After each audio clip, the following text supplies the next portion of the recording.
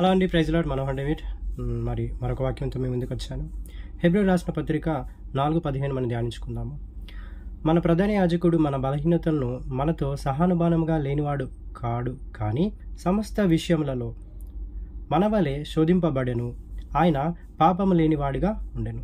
So దేవుడు మనం ఏదైతే భూమి మీద శోధనలు, బాధలు, ఇబ్బందులు, ఇరుకులు మనము ఎదుర్కొంటామో అవన్నీ ఆయన కూడా ఎదుర్కొని దాన్ని జయించాడంట. ఎలాగా? ప్రార్థన ద్వారా, తండ్రితో సహవాసం ద్వారా.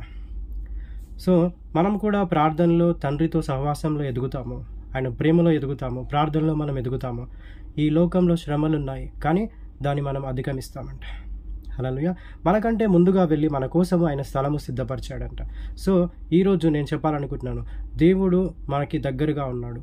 దేవుని మనము అనుభవించవచ్చు. We can enjoy the presence. So thank you, bless you. ఆయన సన్నిధిలో గడపండి, విజయముతో జీవించండి. Thank you.